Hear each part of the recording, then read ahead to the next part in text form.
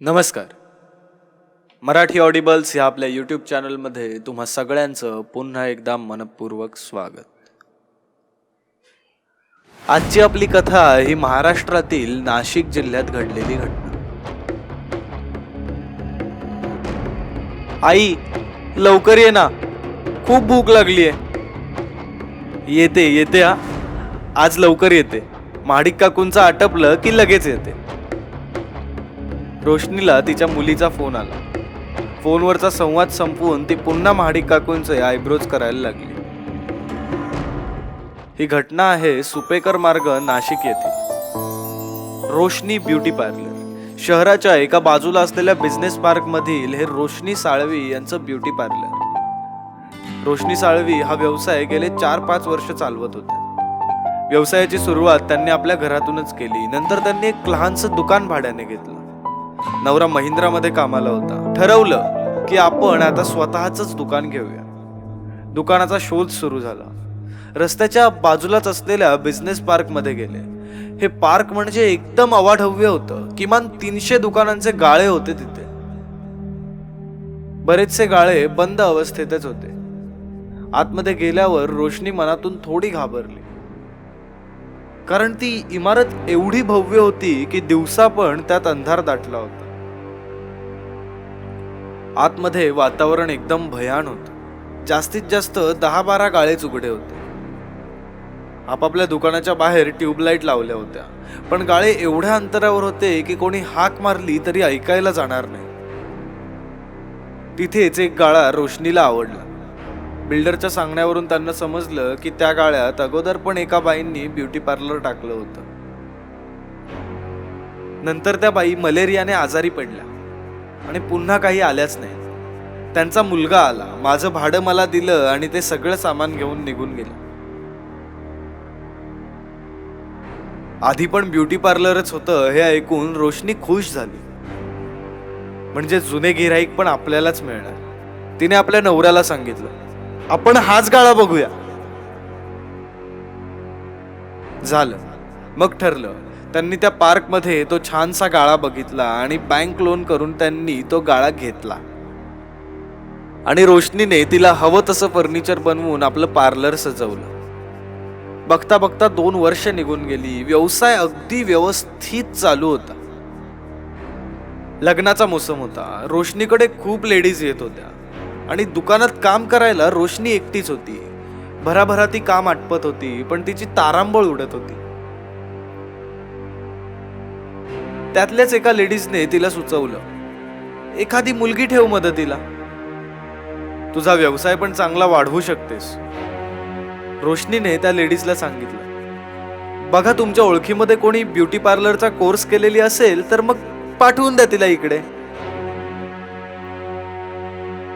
दुसऱ्या दिवशी विद्या नावाची एक मुलगी तिच्याकडे आली. तिने त्या बाईंची ओळख सांगितली. रोशनीने तिला आपल्या सोबत ठेवून घेतली.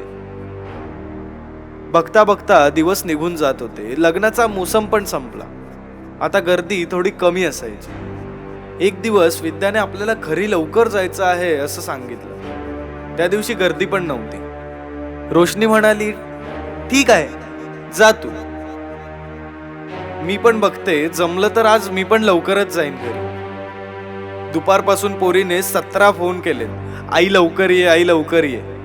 पण त्या दिवशी एका लेडीजचं काम उरकता उरकता संध्याकाळचे 7 वाजले. रोशनीने आपलं पार्लर बंद करायला घेतलं. त्या इमारतीत संध्याकाळी 6 वाजताच भयान वातावरण निर्माण व्हायचं. खूप दुकानांच्या शटरमध्ये बसलेली ती वटवाघळं त्या अंधारात बाहेर निघायची. एवढ्या मोठ्या त्या इमारतीत घुमणारा त्यांचा तो आवाज या भयान वातावरणात आणखी भर घालून जात होता. रोशनीने पार्लरची साफसफाई केली आणि ती दरवाजापाशी आली. पार्लरचा दरवाजा काचेचा होता आणि त्यावर एक पडदा. रोशनीने पडदा बाजूला केला. तिच्या समोरचं दृश्य बघून ती दचकली. एक बाई आपले केस मोकळे सोडून तिच्या दरवाजाच्या समोर उभी होती. एक टक तिच्याकडे बघत होती. हातात पर्स, पायात चप्पल, अंगावर दागिने आणि घातलेली साडी पण चांगलीच होती. ती बाई चांगल्या घरातली दिसत होती. रोशनी थोडी पुढे आली. तिने दरवाजा उघडला आणि विचारलं, हेअर कटिंग करायची आहे का? ती बाई फक्त हो म्हणाली आणि थेट तिच्या पार्लर मध्ये शिरली. तिचं वागणं बघून रोशनीला थोडं विचित्रच वाटलं. की बाई असे केस का मोकळे सोडून आले असेल? कोण आहे कोणी? तिला या अगोदर आपण कधीच बघितलं नाही. पण हे सगळे विचार मनातच दाबून ती म्हणाली, या बाई, या खुर्चीत बसा. काय करू सांगा? हा बघा अल्बम, कोणती स्टाईल बनवायची आहे सांगा. बाई काहीच बोलेना. ओ ताई, काय झालं बोला की. त्या बाईने तिच्या अल्बमवरच्या एका फोटोवर बोट ठेवलं. ठीक आहे, स्टेप कट ना. रोशनीने घड्याळात बघितलं तर 7:15 झाले होते. तेवढ्यात तिच्या पार्लरमध्ये एक जुनी ओळखीची बाई आली. रोशनी, अगं थोडं फेशियल करायचं होतं. नाही हो, उद्या आलात तर बरं होईल. हे बघा, यांचं स्टेप कट करायला अजून 1 तास तरी जाईल. बाईने दुकानात बघितलं तर कोणीच नव्हतं. पुन्हा ती बाई बोलली, कोणाचं? रोशनीने खुर्चीकडे बोट दाखवलं. ती बाई पुन्हा म्हणाली, काय रोशनी, नाही करायचं तर तसं सांग ना, मस्करी कशाला करतेस? बरं, उद्या येते मी. आणि ती बाई हसत हसत तिथून निघून गेली. रोशनीने त्या बाईचे केस कापायला सुरुवात केली. हळूहळू बघता बघता 8 वाजले. रोशनी तिचे केस कापतच होती, पण तरी पण तिच्या केसांना तो कट येत नव्हता. रोशनी विचारात पडली, असं कसं होतंय? आपण हिचे केस तर कापतोय, मग केस कमी का होत नाहीयेत? रोशनीने पुन्हा केस कापायला सुरुवात केली. बघता बघता 8:30 झाले. आता मात्र रोशनी हैराण झाली. ती त्या बाईला बोलली, ओ ताई, मी कधीपासून केस कापते, पण तुमच्या केसांना कटच येत नाहीये. ती बाई थोडस तोंडात हसली. काय होतंय? का कट बसत नाहीये? तू ब्युटी पार्लर वाली ना, मग मार कट. रोशनी आश्चर्यचकित झाली. असं कसं काय होईल? हळूच ती थोडं बाजूला गेली. आपल्या पर्समधून तिने फोन काढला. ती बाई ऐकेल म्हणून ती आतल्या खोलीत गेली आणि तिने आपल्या एका मैत्रिणीला फोन केला. सुजाता, जरा ब्युटी पार्लर मध्ये येशील का? का ग, काय झालं? काही प्रॉब्लेम झालाय का? नाही ग, तसं प्रॉब्लेम वगैरे काही नाही, पण तू आलीस तर बरं होईल. सुजाताने तिला विचारलं. अगं येते ग, पण काय झालं ते तरी सांग. रोशनीने खूप हळू आवाजात तिला सांगितलं की असं असं होतं. हे ऐकून सुजाता फोनवरच हसायला लागली आणि म्हणाली, मग तर यावंच लागेल, मला पण आज जादू बघायला मिळेल ना. ये ग बाई, लवकर ये. आणि रोशनीने फोन ठेवला.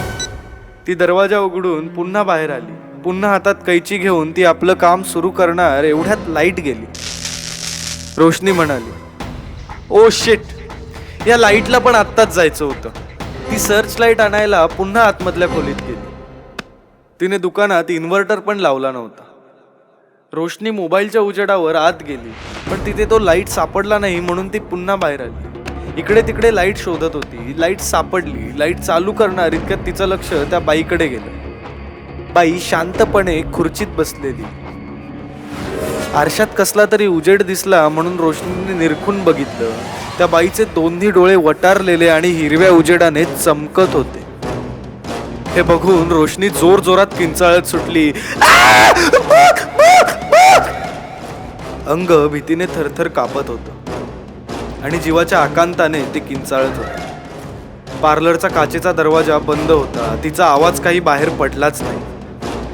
बाई खुर्चीतून उठली आणि त्या भयानक नजरेने रोशनीकडे पुन्हा एकटक बघत बसली. तेवढ्यात रोशनीने हातातल्या लाईटचं बटन दाबलं. त्या बाईचे केस इतके लांबलचक होते की ते केस खुर्चीपासून दरवाजापर्यंत पोहोचले. जे काही दिसलं ते बघून रोशनी किंचाळत किंचाळत दरवाजाजवळ आली.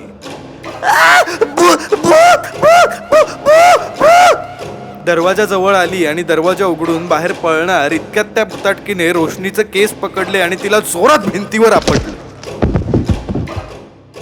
जे काही घडत होतं त्या मानसिक धक्क्याने ती जागीच बेशुद्ध पडली. थोड्या वेळाने लाईट आली. सुजाता पण आता रोशनीच्या पार्लरमध्ये पोहोचली होती. काचेतून बघितलं तर रोशनी जमिनीवर पडली होती. दुकानात कोणीच नव्हतं. तिने रोशनीला उठवण्याचा प्रयत्न केला, पण रोशनी बेशुद्ध अवस्थेत होती. सुजाताने धावपळ करून आजूबाजूच्या लोकांना जमवलं. लोकांनी तिला जवळच्या इस्पितळात नेऊन सोडलं.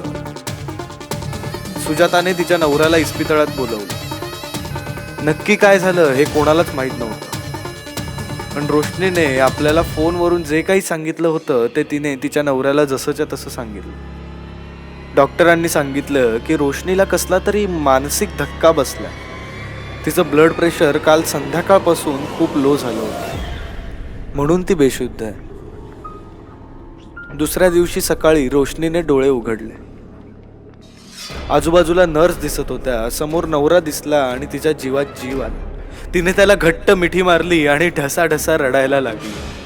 2-3 तास निघून गेले. हॉस्पिटलमधून डिस्चार्ज सुद्धा मिळाला आणि रोशनीला घरी आणलं. 2-3 तास गेल्यानंतर नवऱ्याने तिला काय झालं म्हणून विचारलं आणि रोशनीने जे काही सांगितलं ते ऐकून तो थक्क झाला. त्या दोघांनी ते पार्लर बंद केलं. या दुकानात असा प्रकार घडला म्हणून तो गाळा कोणीच भाड्याने घेईना. तो दुकानाचा गाळा तसाच बंद अवस्थेत आहे. याला आता 3 वर्ष उलटून गेली. अगोदर येऊन गेलेली बाई तिचा किस्सा सगळ्यांना सांगत सुटली होती. मी पण गेले होते. तिच्याकडे 7 वाजता गेले होते. मला खुर्चीकडे हात दाखवून बोलली, या बाईंचं हेअरकट करायचंय. पण त्या खुर्चीत कोणीच नव्हतं. काही बायका तर असंही सांगायला लागल्या की त्या दुकानात अगोदर ज्या बाईचं पार्लर होतं ती बाई डेंग्यूने मेली होती. तिचाच आत्मा या पार्लरमध्ये असू शकतो, कारण त्या बाईने पण तिथे नवीनच पार्लर टाकलं होतं. आता रोशनी ब्युटी पार्लर सखाराम भोसले मार्गावर सुरू आहे. पार्लरची वेळ सकाळी 9 ते सायंकाळी 6. म्हणजे तुम्ही ही कथा ऐकण्यापूर्वी 4 तास ब्युटी पार्लर बंद झाले. आणि मुलींनो, तुमच्या सगळ्यात आवडत्या ठिकाणी म्हणजे ब्युटी पार्लर मध्ये जाताना एकदा घड्याळ बघा. धन्यवाद.